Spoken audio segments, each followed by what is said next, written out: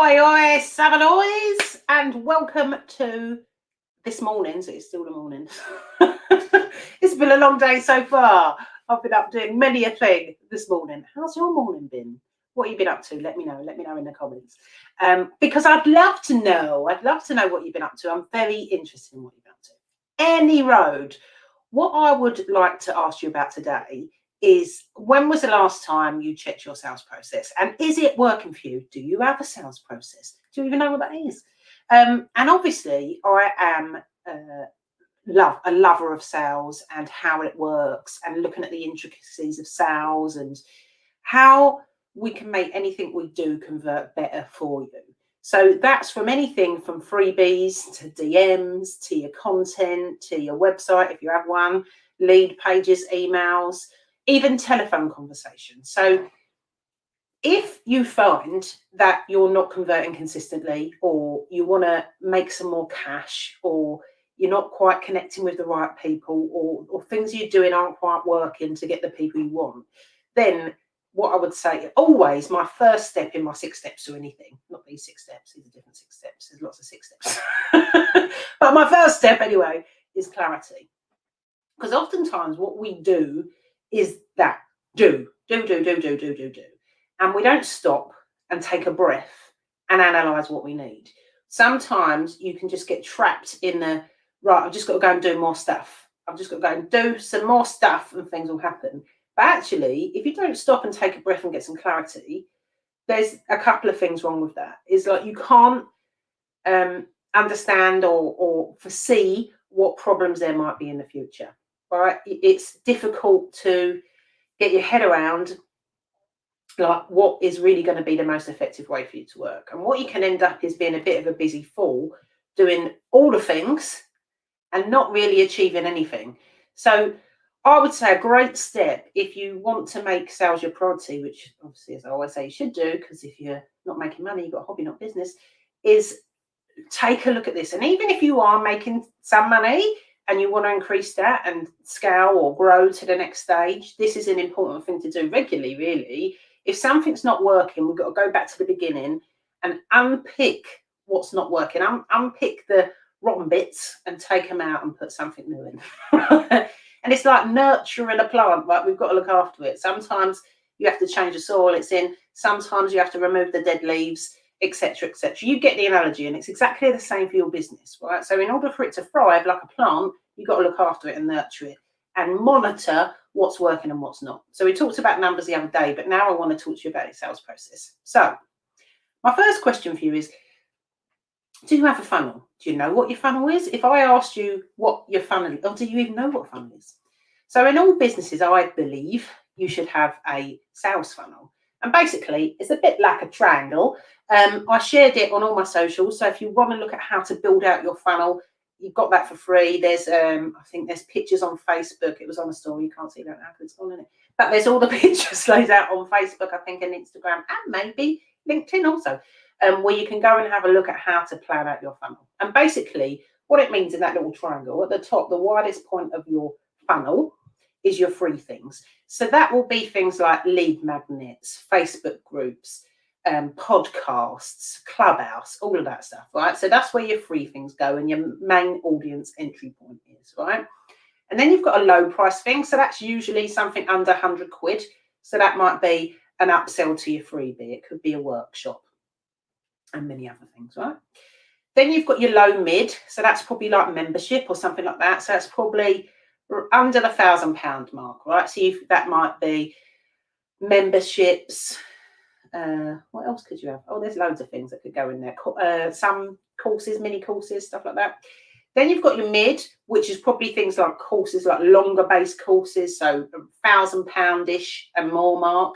Then you've got this sort of over the £2,000 thing, so your mid-high, which will be stuff like, it might be masterminds or intense groups or something like that. And then at the very bottom, at the peak of your triangle, because it's upside down, you'll have like VIP stuff. So that's like one-to-one or bespoke consultancy or something like that. So do you have a funnel? If not, why? And the point of this is, my point number 2 is, do they feed into each other?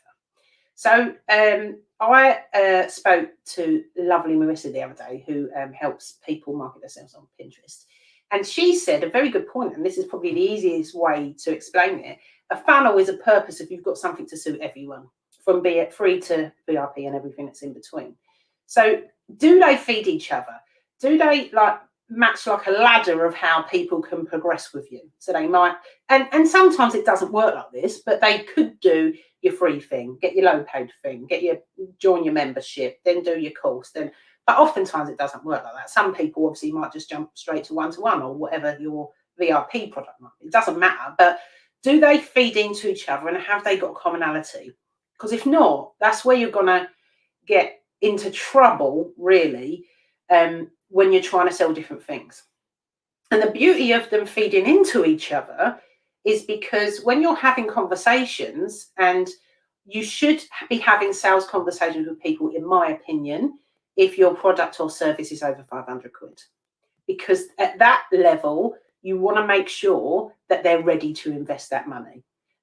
Just courtesy, really, and respect for the other person. As you might know, like me, there's often times where I've bought things for a magic pill in the olden days and expected it work and it didn't. So now it's almost like my duty of care to people that want to invest in me to make sure they're ready before they give me the moolahs, right? So that's just a point there. But do they feed into each other? And when you're having these conversations, or when you're talking to someone about your products and services, it gives you the availability. If they have similarities and feed into each other, you can then upsell or downsell, right? Which is really important, because they might not be ready, say, for a course, but it might be good for them to do your workshop first, or come and spend a little bit of time in your membership before you think they're ready for that stage, or whatever. You get the drift. Or it might be that actually, when you speak to them, they're not a fan of group programs and they want your bespoke specific help. So you might offer them one-to-one, but you can't know that without speaking to people and understanding their unique needs and desires, and how you can help them. So point number 3 is, in your sales process, where can I find the things you sell? Where can I find them? So do you have links in your profiles? Have you got a website? Are you talking about it? Are you putting a link in your Streamlabs like I am for my challenge? Little cheeky plug.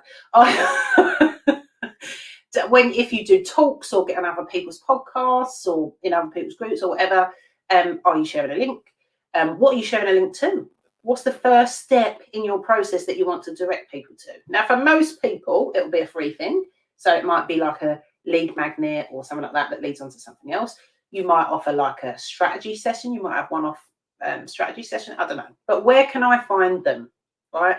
And when I look at your points of entry, like in your profile descriptions or wherever I might land upon you, where does it take me? What can I see? And when you think about your process, what is the first thing you want people to see that will start them off in their journey with you? So if I'm a stranger and I stumble across you on interwebs and I go, oh, they look quite interesting, that's exciting, what can I get my hands on first? Because I'm a bit of a lurker and a nosy so-and-so, I'm going to have a look at what you do. So I might look at your website, I might look at your freebie, whatever. So when I stumble upon you, what can I see? And how can I get involved with what you do? Number 4, nearly done 3 fingers. Number 4, how do you sell at each stage? So if you've got a freebie, for example, does it redirect you to, and you've got a landing page for your freebie, does that landing page, where does that redirect you? Does it redirect you into your free group? Does it redirect you into like a upsell passive product? I don't know. But how do you sell it at each stage? If you are selling things over 500 quid, are you having a call or can they directly pay? I don't know. But do you know how you sell at each stage? Really important to note that and understand what that was. And also, is that working for you? Is what you're trying to sell working? Right? My big belief is, and just an additional little tip really, is when you are in launch mode or selling mode, only sell one thing. So you'll notice all I've talked about in the last couple of weeks is my challenge. You can join below, nataliebarry.culture.com/page/simple sales. It's free. It's great. Amazing. You'll get lots of results. But are you doing that? Are you focusing on one thing to sell for like at least a couple of months before you move on to something else, because as you know, and I commonly say, a confused mind never buys. So how do you sell? Number 5 is, how do you take payment? So is your payment manual, like you send someone an invoice? Have you got something set up like a payment system, like there's millions, Stripe, Go Cardless, Shopify, and there's loads of others, but I can't think. But how do you take your payment? Is invoicing automatic, or do you have to do that manually? It's something to think about, like, because for me, systems are so important to enable me not to do admin, which is always a massive joy when I can say that statement, I don't have to do admin on this. Does someone do it for you? Have you got someone that deals with your money? I don't know. But how do you take payment? And if it feels like a ball ache, like how can you bring in systems that can help you with that? So even with things like, let's take Stripe, for example. If you set payments up on Stripe, either link them to your website or you invoice directly for it or whatever, they will generate automatic invoices for you and do reminders. So that is a little bit of easefulness, isn't it? But how do you take payment? And number 6, and the most important probably step of this, is it's all well and good selling loads of stuff, but what happens when people are on the inside? Like, one of my biggest bugbears is over-promising, under-delivering, and the biggest bugbear is poor customer service. So how do you treat people when they buy your stuff? What do they get? What's their point of contact? How are you looking after them? So they've seen your shop window, they're interested, they come into your shop to look at your products and services, but then what happens when they buy? What happens next? Are you kicking them out of the shop, leaving them to their own devices? What happens next? How do you welcome them? How do you show them that you appreciate and are honoured that they've chose to come and work with you? And that is a downfall, I think, in a lot of people's products and programs, is they don't consider that in the steps of sales. But obviously it is, because what we want to do is, an important part of sales is how we treat people. You know, yes, beforehand, it's all well and good chasing after new leads, but what we want to do is nurture and adore our people that have bought from us. And the likelihood is, if we do that, they're probably going to want to buy more stuff or stay in our world for longer or retain them on a membership or whatever it might be. But it's how are you taking care of the people when they're inside? So those are my questions for you for today. So I'm just going to recap those in checking your sales process. So you want to check your funnel from free thing to VIP. You want to look at if they're feeding into each other. Then you want to say, where are they found? How am I promoting that? You know, do you have a link tree or something on your profile? I don't know. How can I find them? Look at it. If you think about your process from if you was a stranger, what's the first thing I would see if I come into my world? Number 4 is, how do you sell at each stage? So is it conversations? Is it a landing page with buttons on it? Do they book a call? I don't know. But do you know that? Number 5, how do you take payment? Is it manual? Is it automatic? And can you bring any more ease to that? And number 6, most importantly, what happens when people are on the inside? So I'd love to know your thoughts on that. Leave me a little comment below and let me know how you are, what you're up to. And of course, if you want to know more about this and really getting clear and to focus on your sales and how to get more conversions more consistently, and more importantly, happy, joyful customers that want to give you repeat business, feel free to come and join my free 5-day challenge. It starts on Monday. You've only got till Sunday to sign up. So nataliebarry.cartridge.com/page/simple sales. And that is my aim, to show you how to sell simply. So I hope you have a wonderful rest of your Friday. You'll probably see me popping up on the old socials. But I'd love to know how you get on with this. Let me know. I'm very interested in your wins and your progress. Have a great rest of your Friday. Mwah!